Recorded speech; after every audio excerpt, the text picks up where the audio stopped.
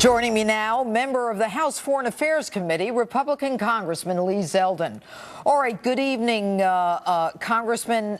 You are on the Foreign Affairs Committee.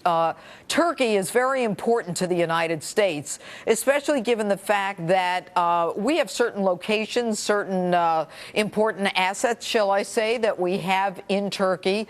With all of the uprisings that are going on, this alleged attack by ISIS, the alleged coup, the demand by Erdogan that we return someone from, I believe, Virginia, the cleric that he wants to impose death or hasn't given him 2 death sentences.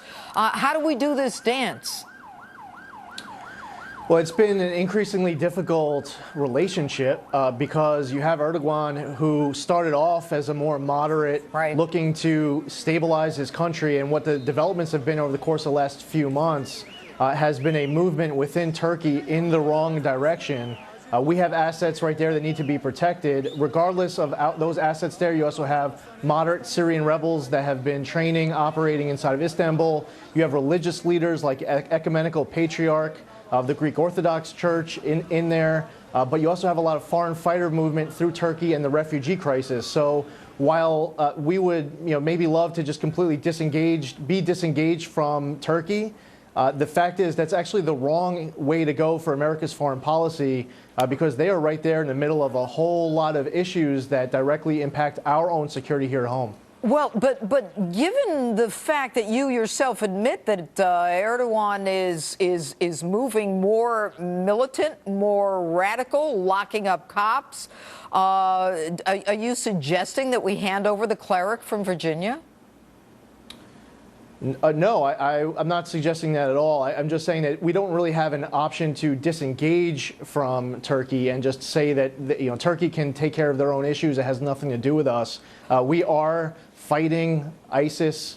We have a presence there that is important. But a lot of the way we're seeing Europe losing their continent and in the Middle East, where we hear about attacks on U.S. troops and those traveling to Syria and Iraq to train and fight with ISIS, a lot of that foreign fighter movement is through Turkey. From that standpoint is important, but also there's some financing of ISIS that's being alleged. So there's a whole lot of issues right now in and around Turkey that I'm just saying that we can't disengage from there. Right, I understand. All right, I want to move on. Now we see the president is going to Louisiana. He didn't announce that until after Donald Trump was there. And I have to read this to you. I must tell you, it was a shocking statement by Josh Earnest today. He says, on the Louisiana visit, he says, the president is eager to get a first-hand look at the impact of the devastating floods, hear from more officials about the response, including how the federal government can assist. That's 13 days later, he's going to show up, and he's eager. I mean, how do you guys feel about that, given what they did to George Bush and Katrina? Yeah, exactly. Yeah, I mean, Louisiana, this is the worst natural disaster that they've faced since Hurricane Katrina. And while the media wants to give President Obama a mulligan while he's playing golf on Martha's Vineyard, if this was President Bush playing golf days later after Katrina, the media would be calling for his head. So right now you have little boys and little girls all around the country who say, one day I want to become president of the United States.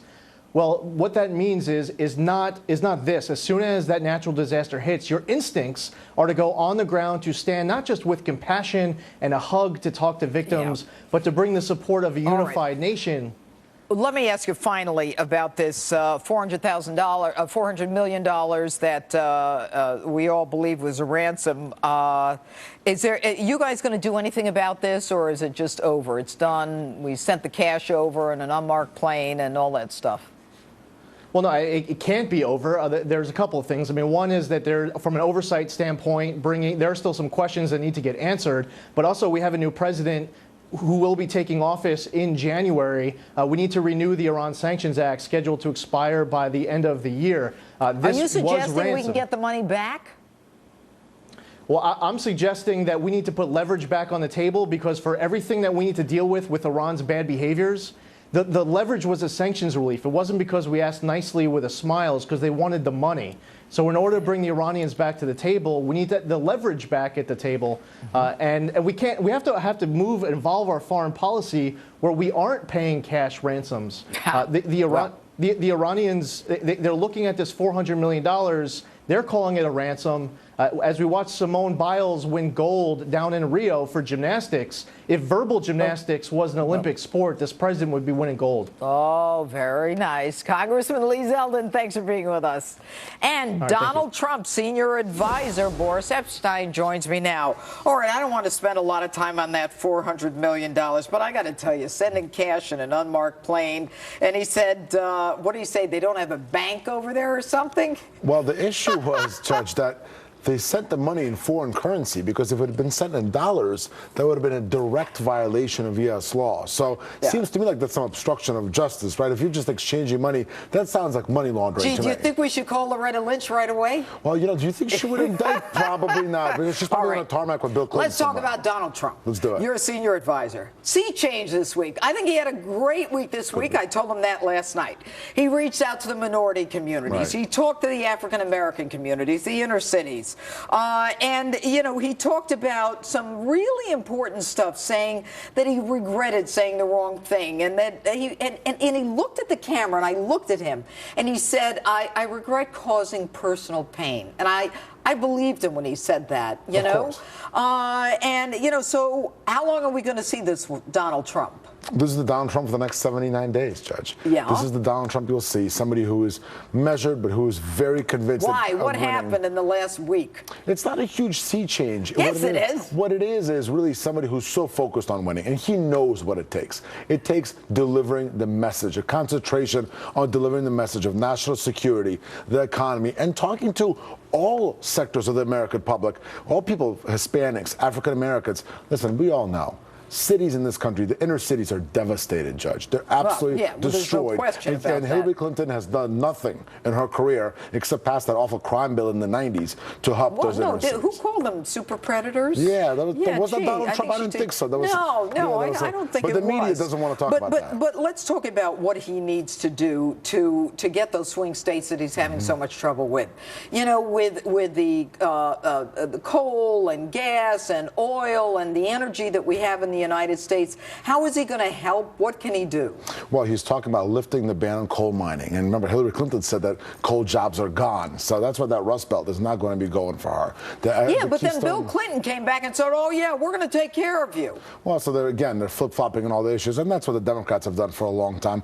Really, the Democrats have fooled people in the American middle and lower classes into voting for them.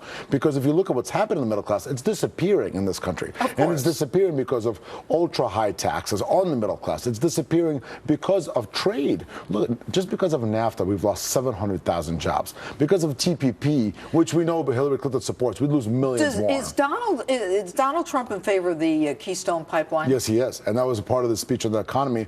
On energy, he talked about lifting the ban on coal mining and absolutely building that Keystone Pipeline. So everyone around the world knows that America is determined to use the resources we have here so we're not beholden to others abroad. Do you know that we can absolutely support ourselves on the energy that we have in this country? Of course. And yet we prefer to rely on our enemies? And a lot of that is because of the pay-to-play that's been going on, right? Because a lot of those groups that are not friendly to us have given money to entities like the Clinton Foundation to keep themselves in the game. You know that Russia controls 1/5 of uranium produced in the United States? 20%. Is that what that Clinton Foundation deal from the guy named Justra from Canada, who gave all the money to the foundation? You need to watch my show. I talk about that stuff all the time. And the Department of State had to approve it. Who was the Secretary of State? Hillary Clinton. Hillary Clinton, Secretary of State, approved it. Yeah, that's but there's no crossing of lines between the State Department and let me ask you a question. What does Donald Trump do this week?